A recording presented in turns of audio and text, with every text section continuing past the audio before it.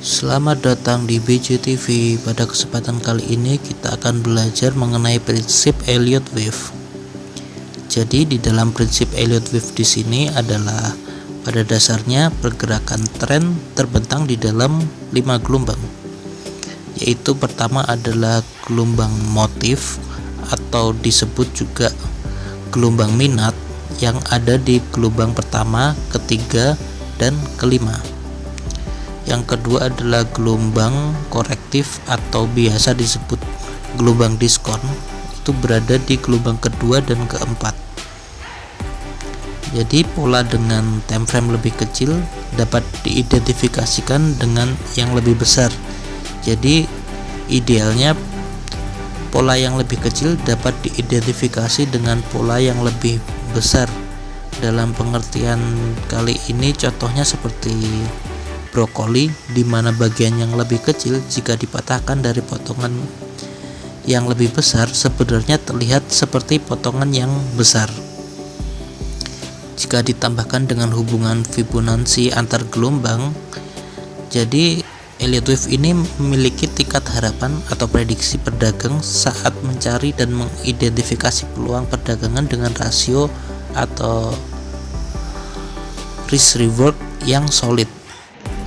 Jadi langsung saja kita mulai contoh dari penerapan Elliott Wave. Saya menggunakan pair dari gold di sini di time frame D1.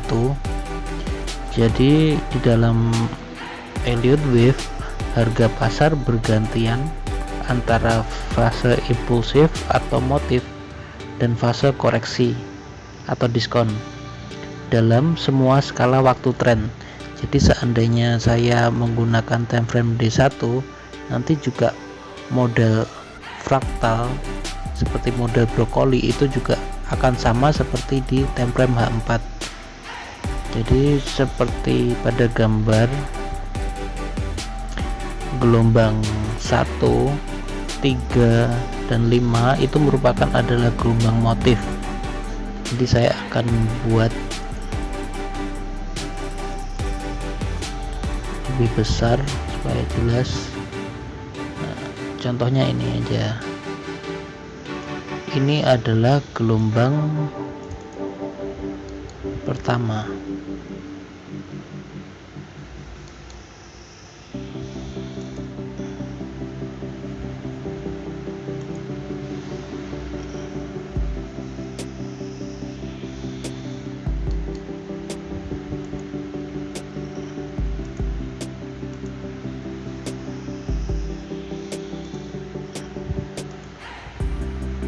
Dibuat lebih tebal agar bisa kelihatan.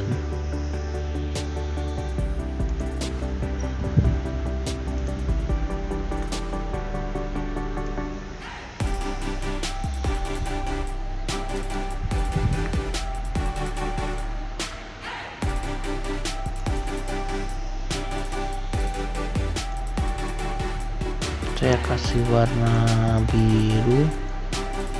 Nah, ini adalah gelombang pertama atau motif wave. Biasanya ini bisa disebut juga sebagai momentum. Jadi kita kasih nama gelombang pertama, wave 1.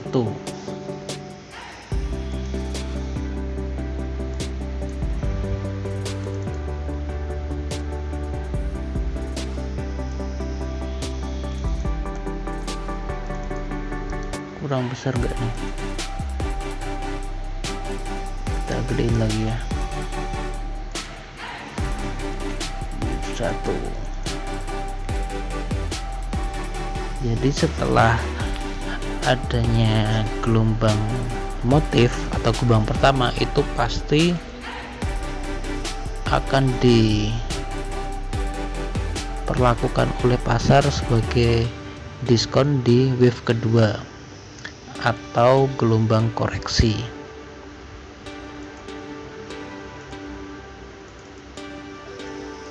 Kasih nama wave 2.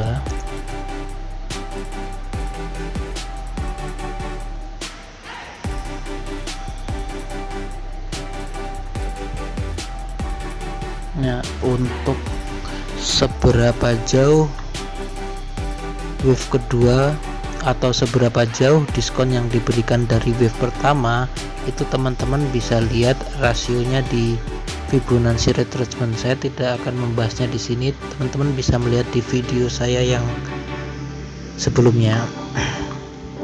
Jadi di video kali ini kita khusus membahas hanya untuk gelombang Elliott wave saja. Jadi untuk yang selanjutnya, gelombang ketiga atau gelombang motif ketiga ini biasanya adalah gelombang yang terpanjang.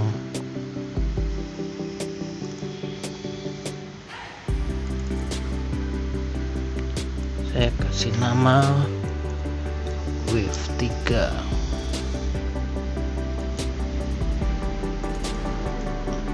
Jadi wave ketiga ini biasanya diperlakukan oleh pasar itu adalah wave yang paling panjang dari semua wave ya teman-teman. Jadi kalau seandainya wave yang pertama itu katakanlah 7.000 poin atau 700 pip, wave ketiga biasanya bisa 1,5 kali lipat dari wave pertama. Tapi itu tuh tidak merupakan patokan ya teman-teman.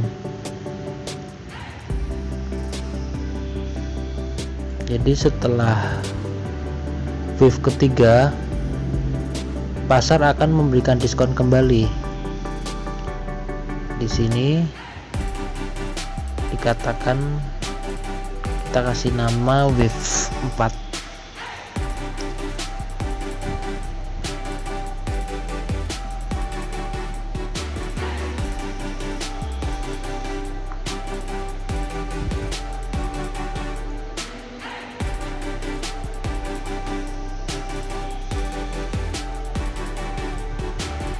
Dan yang terakhir adalah wave kelima.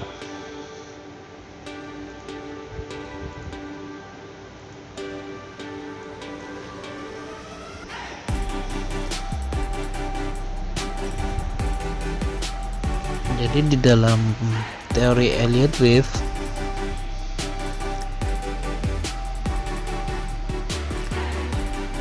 gelombang kelima itu adalah gelombang dari puncak motif dari pasar, sehingga kemungkinan besar wave akan mengalami koreksi setelah gelombang kelima terjadi. Tadi disebutkan bahwa Elliott wave itu memiliki pola yang seperti brokoli. Jadi di dalam time frame yang lebih kecil seharusnya dia juga memiliki pola gelombang 5 gelombang. Jadi ada 3 fase impulsif, wave 1, wave 3 dan wave 5, dan 2 fase korektif yaitu wave 2 dan wave 4. Itu juga terjadi di time frame yang lebih kecil. Kita coba lihat di time frame yang lebih kecil, di time frame H4.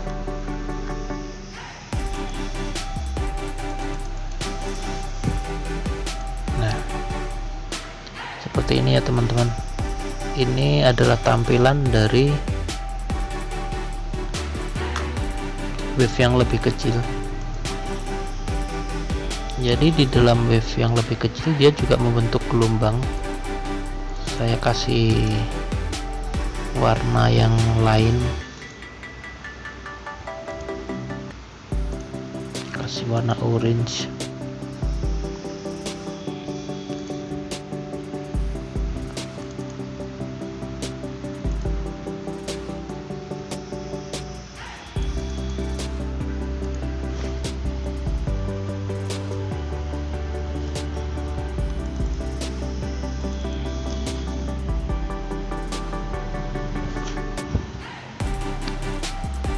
Maaf kegeser.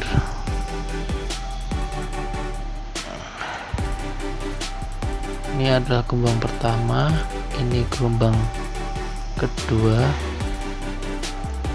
koreksi yang tipis sekali karena ini momentum pasarnya yang sangat kuat. Gelombang ketiga, gelombang keempat, dan ini adalah gelombang kelima.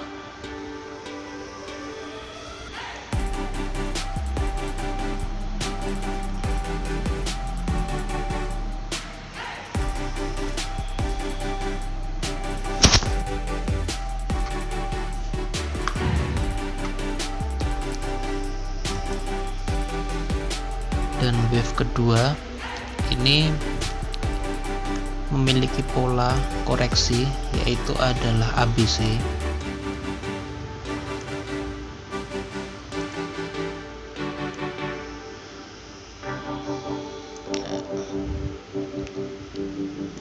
Jadi di dalam wave koreksi itu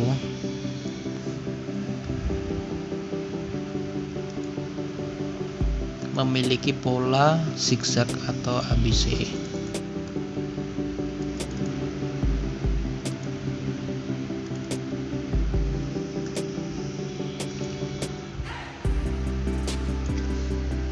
A, B, dan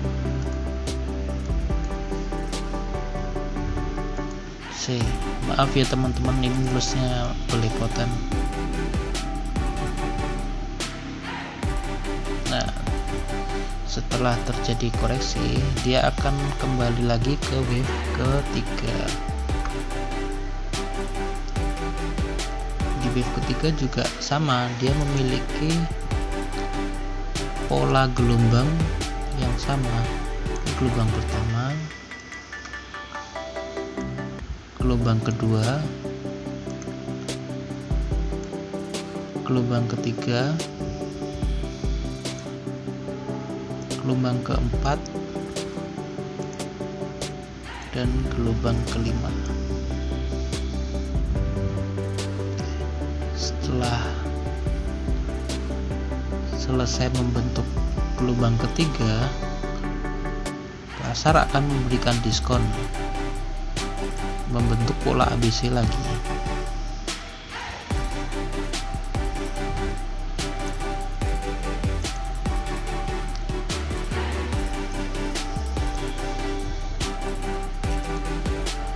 A, B, dan C.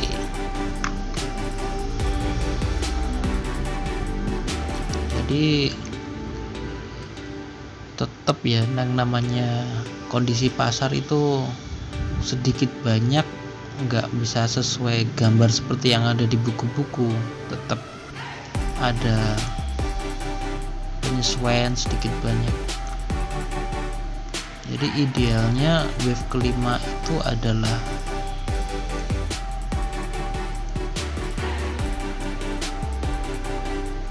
tiga gelombang atau bisa 5 gelombang. Jadi untuk wave kelima ini, kalau teori Elliott wave yang dulu ini menggunakan 5 gelombang, mohon maaf. Tapi dari kondisi pasar yang sekarang, sepertinya wave kelima itu 3 gelombang biasanya sudah mencapai titik jenuh dari pasar tersebut.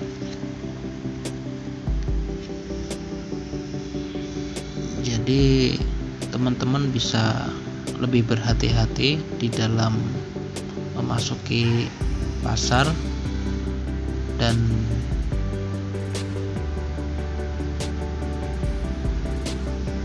tetap jaga risk and reward rasionya. Jadi untuk posisi risk and ratio seperti penggunaan Fibonacci retracement, teman-teman bisa cek di video saya sebelumnya.